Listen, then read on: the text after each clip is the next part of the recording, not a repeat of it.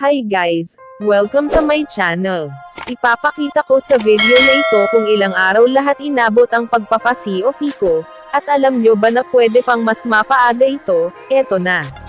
September 1, 2022 ng gabi, nag-file ako ng COP para sa SSO training ko, pagkatapos ay nag-text si Marina, at ang sabi ay, "Your application for certification will now be subjected to online evaluation." Ayun, naghintay ako.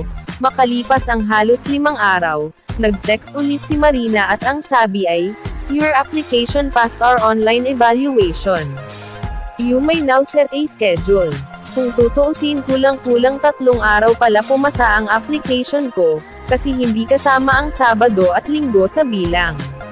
September 6, 2022 ng hapon, nag-set ako ng appointment, sa di inaasahan ang available na slot ay nag-uumpisa ng September 26. Ito na ang pinakamalapit na schedule. Ang tagal, diba?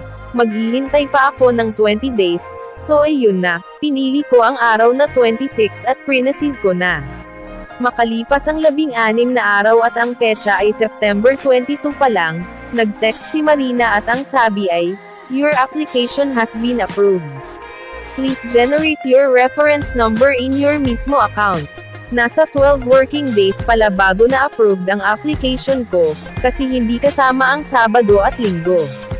Pero teka lang, meron akong napansin, parang napaaga yata ang appointment ko, edi mas ayos kung ganon.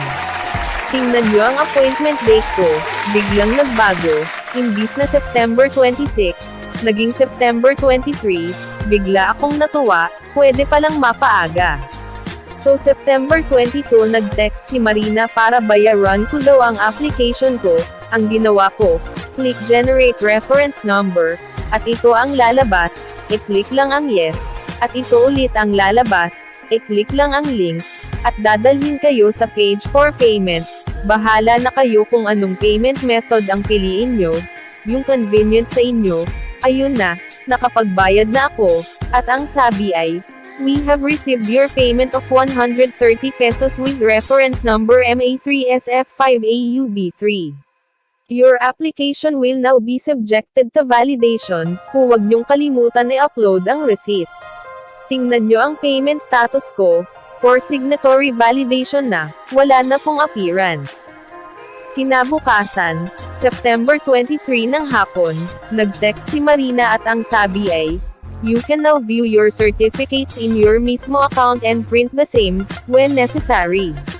Nag-login ako sa account ko at nagpunta sa Certificates tab, kasi doon nag-reflect, at eto na ang COP ng SSO or Ship Security Officer training ko.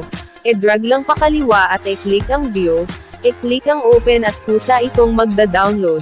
Kapag na-download na, i-open nyo lang at i-print, at eto na ang certificate ko. So total na araw na paghihintay ko ay nasa 22 days, ang tagal pala magpa-COP ngayon. Diyos ko, pero ayos na nga kasi mas napaaga pa ako. Hanggang dito na lang, salamat sa panonood, paki-subscribe na lang po sa channel ko, parang awa nyo na, maraming salamat po.